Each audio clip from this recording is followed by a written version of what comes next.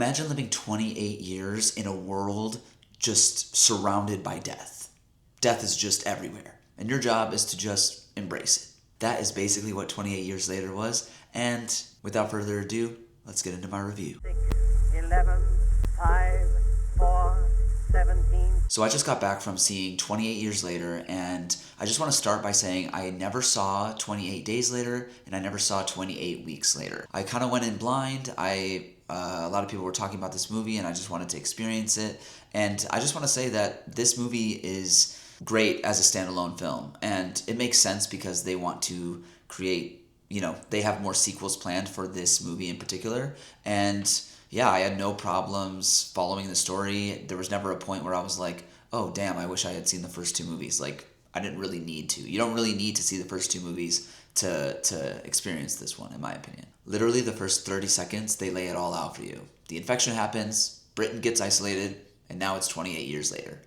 That's pretty much it. And I kind of love how just simple that was. I was like, all right, great. I didn't need to see the other two movies. Okay, we just have to talk about the acting first. Alfie Williams, the kid who plays Spike, is phenomenal. I don't know what is happening right now, but there are some child actors that are bringing it.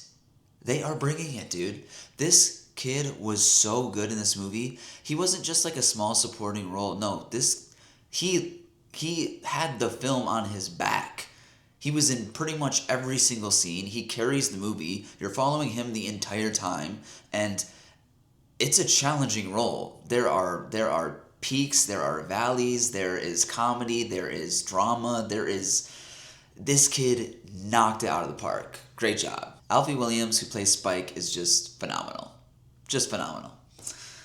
Man, so much emotion, so much physicality. He had to just run, he had to act, he had to do everything, and he did it. And he shot an arrow too. Jodie Comer, who is known for Killing Eve, plays the mother in this movie, and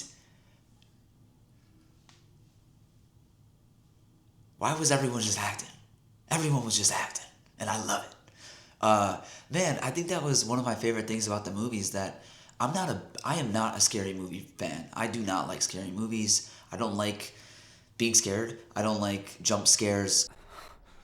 I'm not a fan. In this movie, while yes, it was scary, it was a drama with scary circumstances, I would say. It doesn't really feel like a scary movie. And going in, I was preparing myself. I was nervous. I was like, man, I didn't even really want to see it, but I'm really glad that I did because this movie is really good, and I think it's a great world, and I'm so excited for the next two movies in this world that they created. I think they did a great job building it, and yeah, I'm a fan. All right, let's get into other things that I really liked. So yeah, it's a family story where you're watching the kid experience life and his relationship with his dad. His dad takes him onto the mainland, which I'll get to later, and it feels like this coming of age, passing the torch. It's we're going to get your first kill, and you're going to become, me when you're older, and you're kind of following that, and then the dad lets him down, and it gets real. It just kind of brings it back to reality,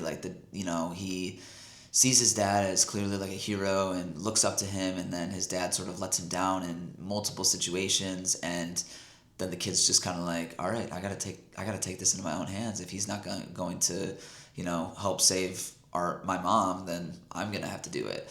I do wish they made the kid a little bit older, just the character, because the character's 12, and I just kind of had a hard time believing that a 12-year-old is really gonna go out of his way as much as this one did, but that's just because Spike is different. Spike is just built different. I like it.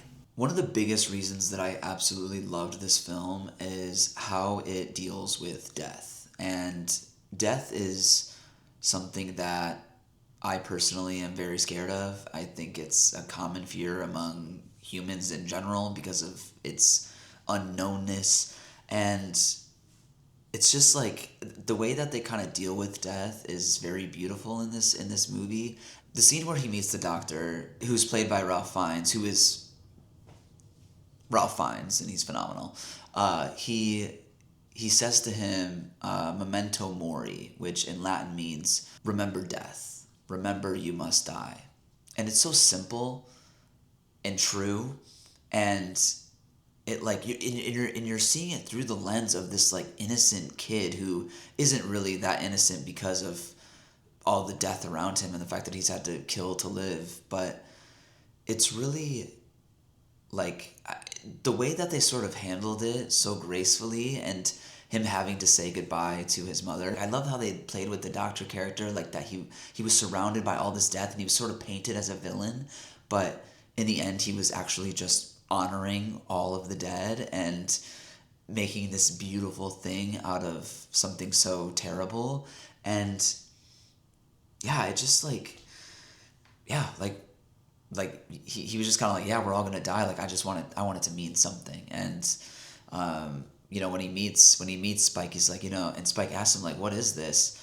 And he's sort of like, I'm so glad that you asked. And he just kind of like, gives his viewpoint on life and death to him, and the fact that his mom is also dying, and then the doctor learns that she is going to die very soon, and then she sort of takes it into her own hands, and then there's just this beautiful honoring of his mom. And it's so like, it's something that I feel like Spike was carrying throughout the film, with like this sort of dread and stress of his mother dying, that once it happened and once he sort of dealt with it and accepted it, like he felt, as a character, he just felt lighter and he really came to peace with it.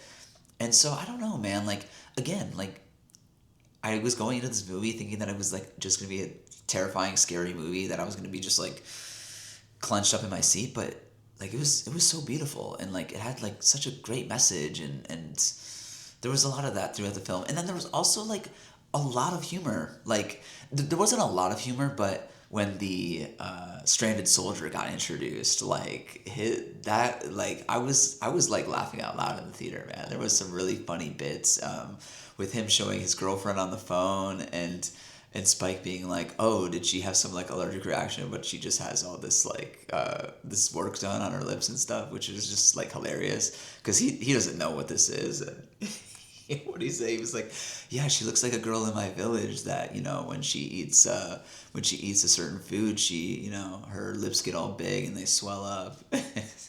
It was really funny and really well done. But yeah, they're like, there's not a lot of comedy in the movie, but the little comedy that there is really like hits and is well earned, I think. But yeah, it was really good. Okay, of course there were some things that I also really just like that really just kind of bugged me and rubbed me the wrong way, and we're gonna get into them right now. Before I get into the things that really rubbed me the wrong way, if you're enjoying this video so far, hit the subscribe button, leave a like, leave a comment. It means the world to me. Appreciate that. But let's get into the things that I really didn't love. Okay, first of all, the editing, like they kept cutting to these like random like battleground type of shots that felt very historical and felt like they should mean something, but they like didn't. And like it was cool, but I just didn't really get the point. Like there was a lot of like with all the arrows, anytime like an arrow was being shot, like they like showed like compilations of like historical wars and stuff, which I don't know, it just didn't it was just confusing. It felt out of place. Okay, and then the hierarchy of like how this island operates, especially when it's sending people to the mainland. Like I understand that they're sending people to the mainland to get fuel. They kind of briefly talk about it, to get wood. But the fact that like they just sort of let Spike's dad, who is one of these people that goes to the mainland, clearly, like he's very trained with the arrow, like he's probably like the main guy or whatever. But like the fact that they sort of just was like, yeah, you and your kid can, just head on over there, like I didn't really buy that at all, because like if you have been living on this island for 28 years, there have to be some stricter rules. Like you're not just gonna let this. Also, you're like, they lied and said the kid was 14. Like there aren't this many people on the island. You know how old this kid is, and like there should never be less than 4 people, in my opinion, going over to the mainland. The fact that they were like, yeah, like go and get his first kill and come back when you feel like it. It's like, Like you're not only like risking, this kid dying out there. You're also like you're telling me that people go over there solo? Like I don't buy it. Like the fact and like if the dad is this valuable to the island, like you're not going to send him out there by himself. Like it just doesn't make sense to me. And I get that what they were trying to do, they were trying to just like let you be with the father and the son, but like survival is the main priority in a situation like this, and this is the world that they created. So I'm just saying, like, I know it's a movie, I know it's fake, but I'm like, these are the circumstances that you are giving us. And so you're telling me that 28 years you're not going to have some kind of stricter guidelines in place of like who's going over there, how many people are going over there, and then after it's just the two of them and they don't return by the time the tide goes up, the people that are on the watchtowers are sleeping? You are a watchtower person. Watch. You can't watch when you're sleeping. Especially because not only is it annoying, like the watchtower's job is to stay awake and to be on guard in case, zombies come, but like the fact that like the son and the father haven't returned and you're sleeping, like it just doesn't make sense. And I get that I get what they were trying to do with like the whole chase at the and the chase was awesome, but it's like they wouldn't be sleeping. Like you guys are throwing Spike a welcome back party and the guy isn't back yet. Like there should be a little bit more alarm, not you guys just like sleeping and them having to like wake you up, and then you're like, oh, and they're being chased, so we need to like get into positions. Like, yo, like what are we doing? What, like, how did y'all live for 28 years like this? This is a mess. This is a mess. So I didn't really get the hierarchy of like the social, like I wish they would have played a little bit more with the social hierarchy and who's in charge on the island, because it just kind of felt like free reign a little bit, which wouldn't be the case. Like if you've lived for 28 years, that it wouldn't be the case. Like there would be stricter guidelines and rules in place. Okay, my other big like what the fuck is like, so they get stranded, they go up into the roof and they're safe, right? And they're like, okay, it's like nighttime basically, so they're like, all right, we're gonna wait this out. The alpha zombie is out there still, we're just gonna wait it out. So they like kind of sleep for a little bit, and then the chimney like collapses again. Like fine, whatever. That's not my point. My point is the chimney collapses, so they're like scared and they scurry out.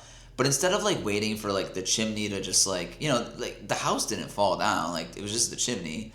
Instead of like just waiting for it to like fall and go from there, they're like, no, let's just run. The chimney's going, we need to just run to the shore. What? It's dark? You don't know where the zombies are? You're just gonna start running randomly? Like, again, these are the circumstances that you've given us. Why wouldn't you just... Chimney collapses, okay? Go back into the house. Get your ass back up into the attic. And wait until day, until you can see what's going on. Why? It makes me mad. But overall, other than those little things, they didn't really bug me that much because the movie was really good. I really, really enjoyed this movie. I'm so glad that I saw it.